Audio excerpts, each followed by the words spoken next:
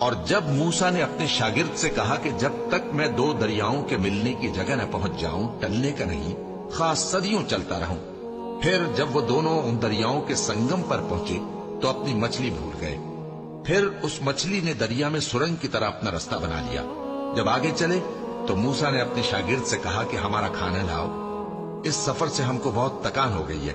اس نے کہا کہ بھلا آپ نے دیکھا کہ جب ہم نے اس چٹان کے پاس آرام کیا تھا تو میں مچھلی وہیں بھول گیا، اور مجھے آپ سے اس کا ذکر کرنا شیطان نے بھلا دیا، اور اس مچھلی نے عجیب طرح سے دریا میں اپنا رستہ بنایا۔ موسیٰ نے کہا یہی تو وہ مقام ہے جسے ہم تلاش کرتے تھے۔